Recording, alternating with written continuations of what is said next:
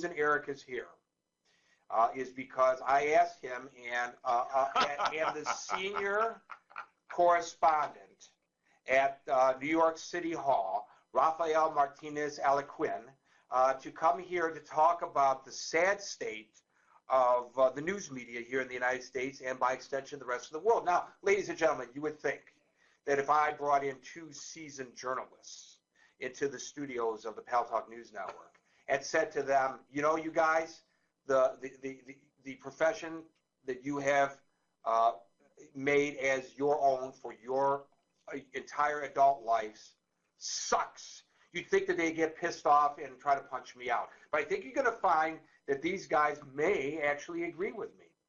Eric Williams is an award-winning reporter from New York, now based in Australia.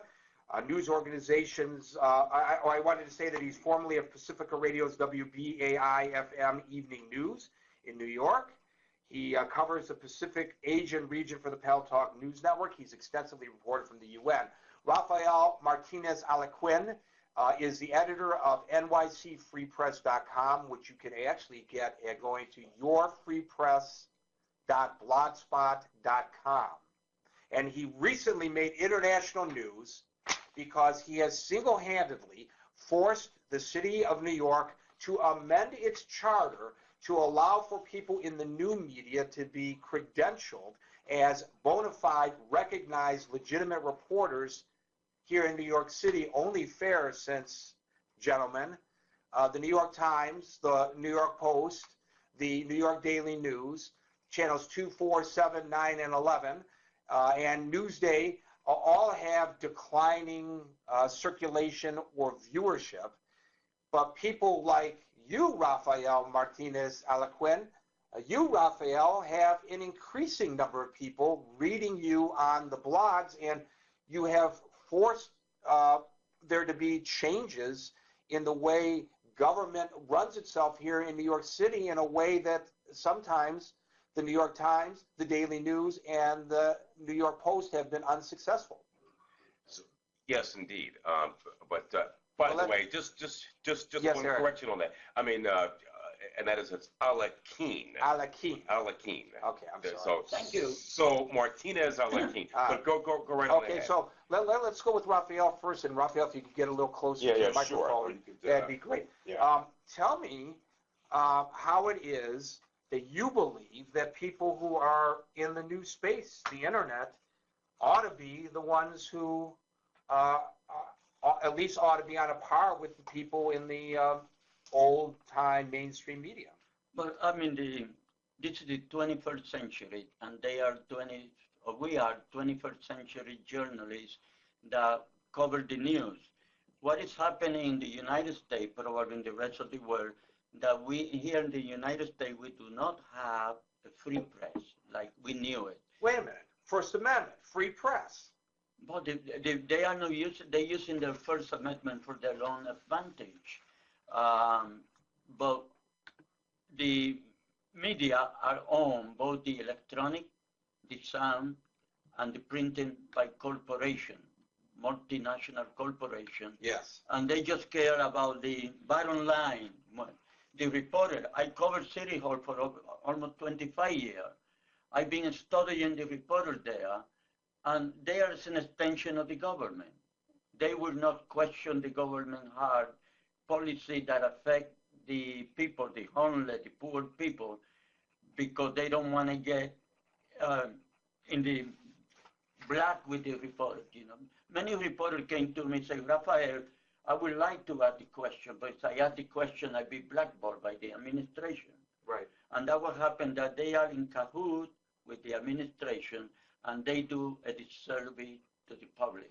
Now, if you don't think that government officials try to pressure the reporters who cover them, Rafael is a living example of that. 25 years, every single day, 5 days a week, probably 51 weeks out of the year, at City Hall, covering this mayor, the previous mayor, the previous mayor, the previous mayor.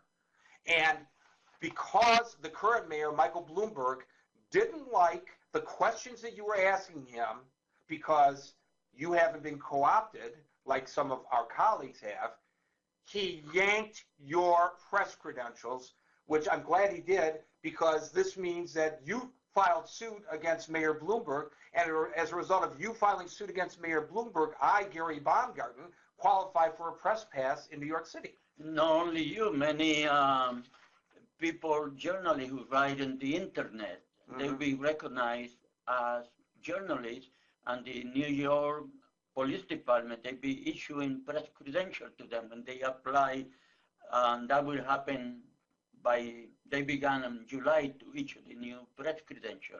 It's going to be only one press credential for everybody. It doesn't going to be second-class citizenship. Yeah, and they had that here, guys, that some people had press credentials that would allow you to cross police and fire lines at any occasion.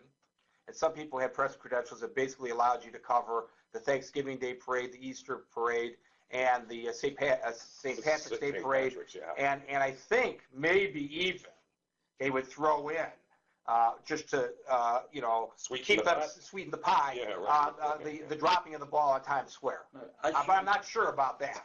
Actually, I felt like David versus Goliath fighting Bloomberg. Yeah. A $20 person like me fighting a person with $20 billion. Yeah, $20 billion. That's right. The mayor seen that because he's so rich he could buy anything, and he had done that.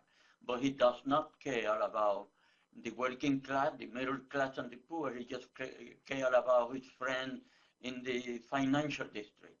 And Eric said that when I was covering Giuliani, I had fight with Rudy Giuliani, I had fight with Dinkins, I have fight with Ed Koch, but no one of them yanked my press credential. Like no, because they knew that it was your job to ask them tough questions. And also I had probably the honor that I've been the first reporter being kicked out of the Blue Room at City Hall in the history of that room. That's pretty amazing.